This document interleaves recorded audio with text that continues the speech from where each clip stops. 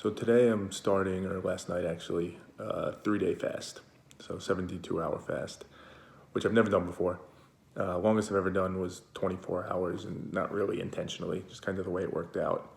But, I've been talking to some people and hearing that there's health benefits from it. I figured I'd give it a shot. And truth be told, it sounds kind of miserable for me. Like, I love to eat.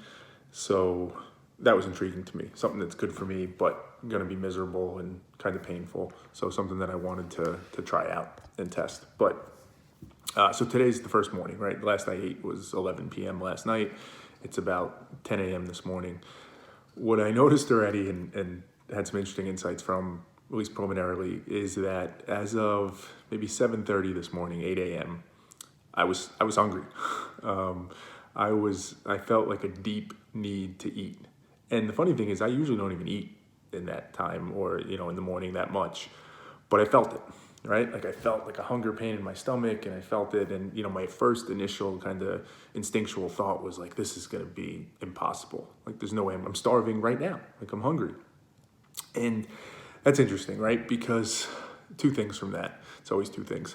One thing is it made me realize that maybe I'm just soft. Maybe I'm just a soft person. Maybe I'm just weak. Maybe I'm a wuss. Maybe I'm a bitch, right? Whatever word you want to use. Because my natural instinct is to like internally dramatize, catastrophize, whine, complain, and make more, be dramatic about it and be like, oh, right? My internal feeling was, this is terrible. I need to eat so soon. And I knew I didn't, right? Logically, I knew I didn't. I wasn't even close to it yet. But the idea that I was going to have to go another 2 days or 3 days, whatever, and I was already feeling it. Like, I think that's what led to that feeling of like, oh, you're hungry now. And that's interesting, right? To consider that thought, to take that takeaway from it, that maybe I'm just soft. And that leads to kind of the second point.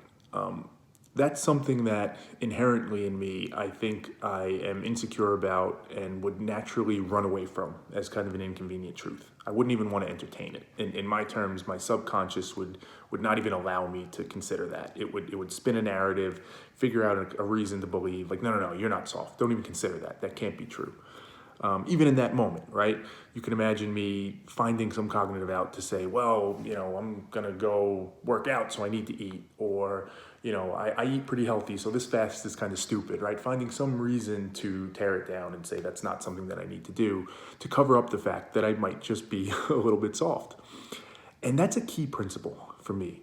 Right? It comes through in this, but everything else, this is a good instance to illustrate it. It's why it's so important for us to genuinely entertain the possibility that we're wrong about certain things. It's the reason why it's important for us to look at things that we would otherwise assume there's no point in looking at that. I know that's not true, or I know this about myself, but we could be wrong. Right? We have to entertain and understand the way the mind works, that it's possible we're lying to ourselves. It's possible that's an inconvenient truth that's just too much for us to bear. Now, it's possible it's not. It's possible I'm not that soft. It's possible that I just happened to be hungry in that morning, right? Or just whatever it was, right? Just the way the physiology of it worked. It's possible. So you don't just blindly assume that, but you entertain it. You analyze it. You assess it. You look at what it would be like if that were true, because you want the truth. That's ultimately what you're trying to get to. And I just think it's so easy for us, or at least myself so often, to just dismiss that and assume, no, there's nothing to it. I'm not even going to consider it. But those are the blind spots. I mean, that's the definition of a blind spot. That would be it. You would not be aware of it. So for me, it sounds even somewhat simple to an extent, but to genuinely entertain that, right? It can't be superficial either. It can't be something where you're just kind of making yourself feel better to say, yeah, I considered that. I entertain the idea, right? This false humility. Yeah, I could be soft. I've thought about that, but I'm not, obviously. No. It can't be that, right? As I say, you have to get into the mud. You have to really face that inconvenient truth and genuinely think about what would it be like if it were true, and put yourself in that feeling and entertain it, because only then can you know for sure. And as I always say, that's got to be the goal. The goal has to be the truth, because it's true whether we admit it or not.